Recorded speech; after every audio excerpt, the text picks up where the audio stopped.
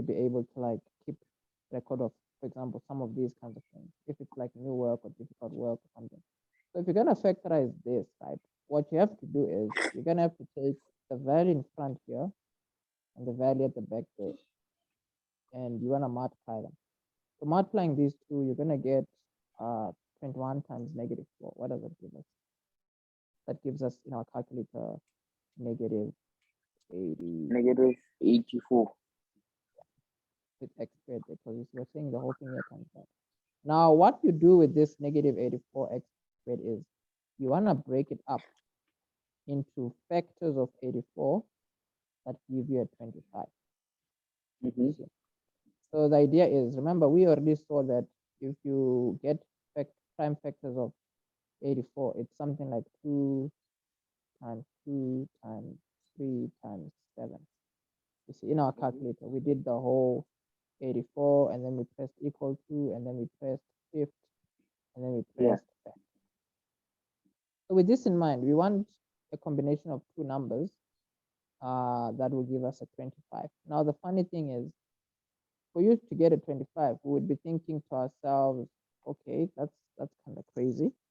I mean, to get a 25, it's one of those things. I think 12 and 7 will give us a 25, you see.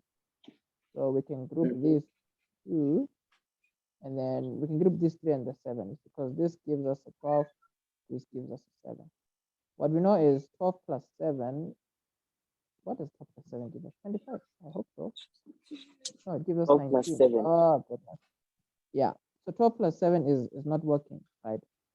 And yet we want factors that can give us what you call 84. So in a situation like this one, since we do not necessarily have some form of common ground, factorizing this one, you can see it's definitely not going to be it's not going to be easy, you see. But then if you think of doing it, let's say manually, right, we know that factors of 84, it's 1 and 84. That obviously cannot give you 25. You have 2 and 42. That cannot give you a 25. And then you have 3 and 28. Yeah, I think we have our bingo. So 3 and 28 would have worked, you see, which is practically just the 3 here on its own, and then the 2 and the 7 on their own.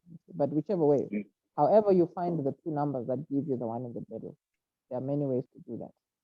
So here we have 3 and 28, right? So what you do is you write 28x here. So because we want a positive 25, technically we have to say the big number is the plus, the small one is the minus. And then this -4, you just put that over there. This 21x squared, you just put that over there. Okay. So this is more like factorizing by grouping, if I can put it that way. Factorizing by grouping. Because remember, factorizing by grouping needs us to have at least, an even number of terms. So here we have 4 terms now. Now with these 4 terms, what we need to do is we need to group 2 at a time and find what's common. So here we can group these 2 together, right? Which is like 3x. And then here, from 3 to 21, we have 7 there. From x to x squared, just x. And then since the 3x is gone, and I have to leave 1 as a placeholder there.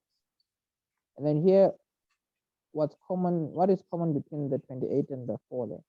We can take out what is a common factor. The 4. The 4 is a common factor. And then once 4 is out, there's 7 there. Because there's an x here, there's the x there. 4 is gone completely. So 1 has to be left there as a placeholder. Yeah. And then what we know is this bracket here and this bracket. It's also something common, right? So we can take that out as a common factor. Plus 4. There we go. And then now we have factor. Is that correct?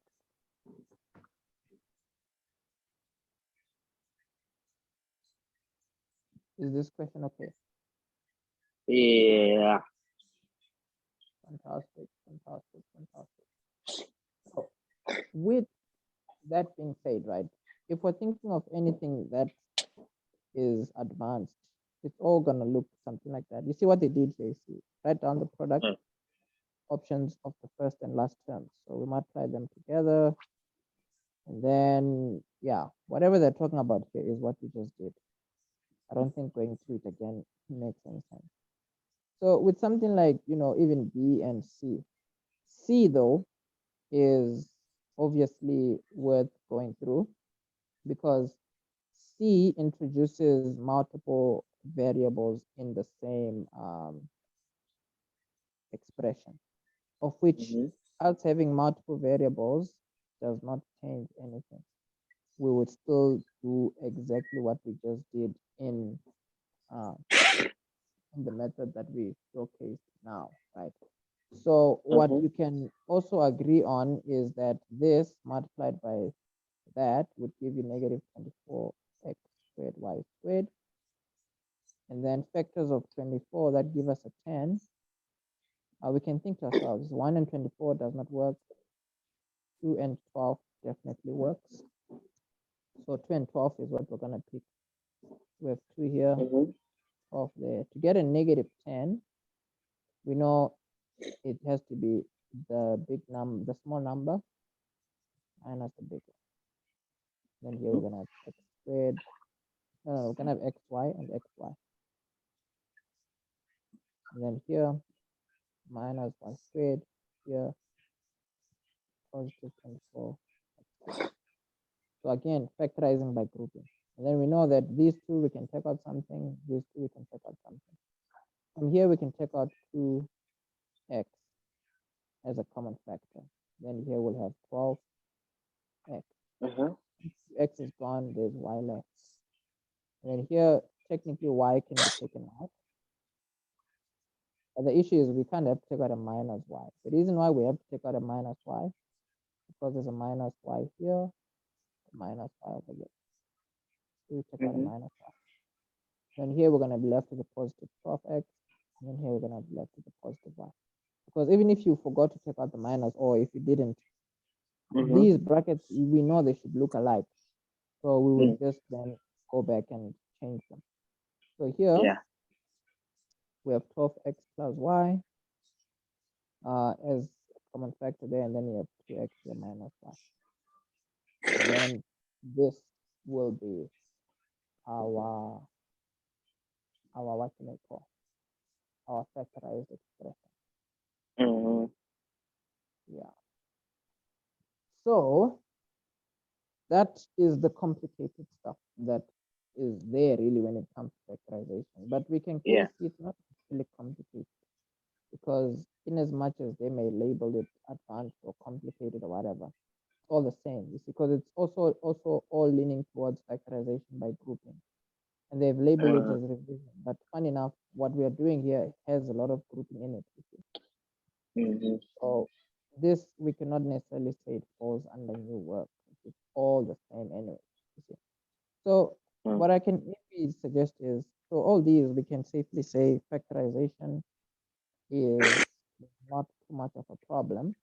I think Mm-hmm. what is then next to do is, you know, factorizing two big expressions, you know, but here it says like the sum and difference of two, the sum and Mm. difference of this, consider the following products, this multiplied by that gives us that. So this is funny enough, just like when they introduced trinomial, they were doing it from back to front. You see, this is what you normally end up with when you start with something like this if you were to factorize. You see. And this is normally what you end up with if you factorize something that looks like this. Okay. Mm-hmm. So with factorizing an expression where we're dealing with cube numbers, that's obviously a story on its own, right? So let's maybe do this and do that. So have you